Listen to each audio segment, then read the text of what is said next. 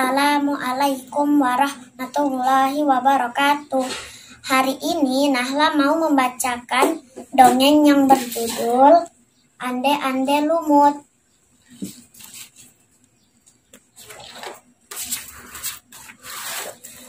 Pada suatu ketika, di kerajaan Jenggala diserang oleh kerajaan musuh. Di saat pertempuran sengit berlangsung, permaisuri raja yang bernama Putri Dewi Sekartaji melarikan diri dan bersembunyi ke sebuah desa yang jauh dari Jenggala. Untuk menjaga keselamatan jiwanya, ia menyamar sebagai gadis kampung. Dewi Sekartaji tinggal di tempat Nyai Intan. Nyai Intan adalah seorang janda kaya yang mempunyai 3 orang putri. Mereka adalah Keleting Abang, sulung, Keleting Ijo, dan Keleting Biru, bungsu. Oleh Nyai Intan, Dewi Sekartaji diangkat menjadi anak dan diberi nama Keleting Kuning. Setelah keadaan di kerajaan Jenggala kembali tenang dan aman, sang pangeran mencari jejak istrinya. Ia pergi dan menyamar menjadi seorang pangeran yang sedang mencari jodoh.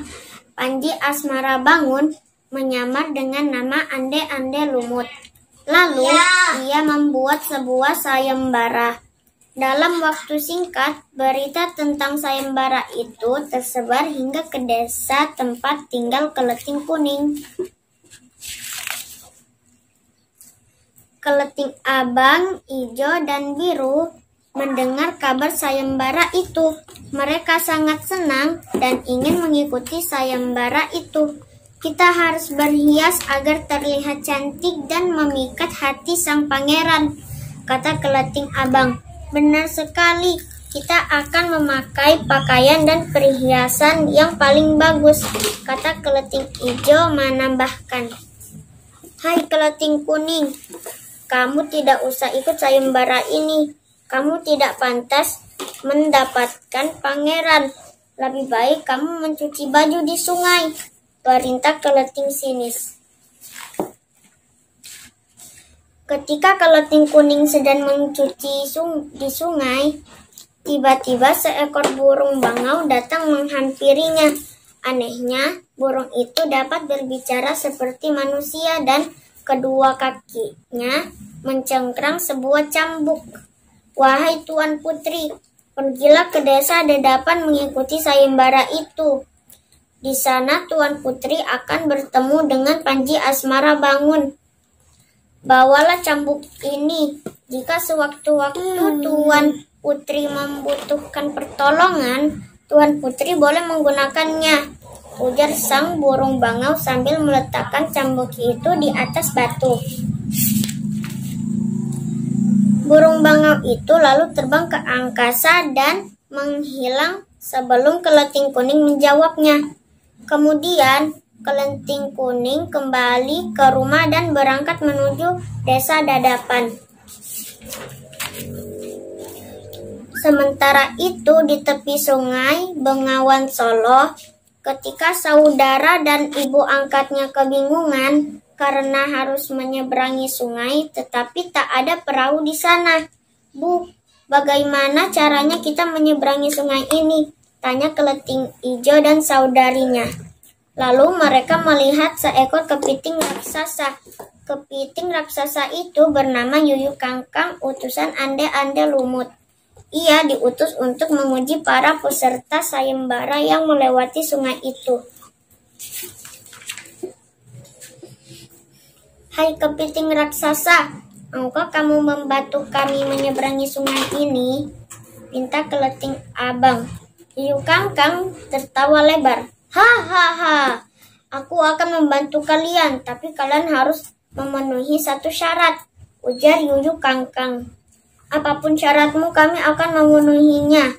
Yang penting kamu bantu kami menyeberangi sungai ini, jawab Keleting Abang. Kalian harus menciumku dan aku akan mengantar kalian ke seberang sungai, kata Yuyu Kangkang. Akhirnya Keleting Abang dan kedua adiknya menerima persyaratan Yuyu Kangkang.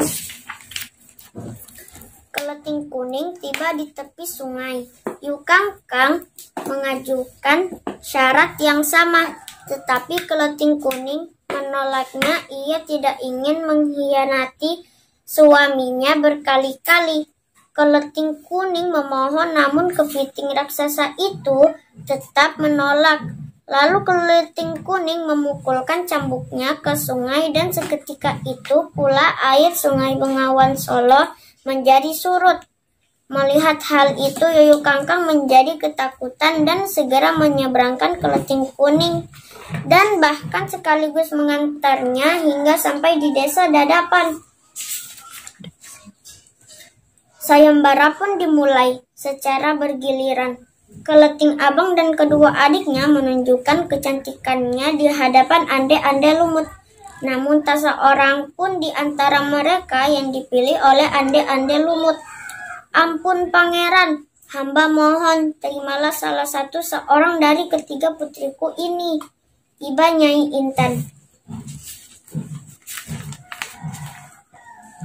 Ande-Ande Lumut berkata, "Wahai Nyai Intan, ketahuilah aku tidak memilih seorang pun dari putrimu, karena mereka telah mencium si Yuyu Kangkang. Aku memilih gadis ini karena dia lulus ujian, yakni menolak untuk mencium si Yuyu Kangkang," jelas Ande-Ande Lumut. Nyai Intan dan ketiga putrinya baru sadar bahwa mereka ditolak oleh Ande-Ande Lumut karena tidak lulus ujian. Kemudian Ande-Ande Lumut membongkar penyamarannya bahwa dirinya adalah Panji Asmara Bangun. Keleting kuning sangat bahagia karena ia telah bertemu dengan suaminya.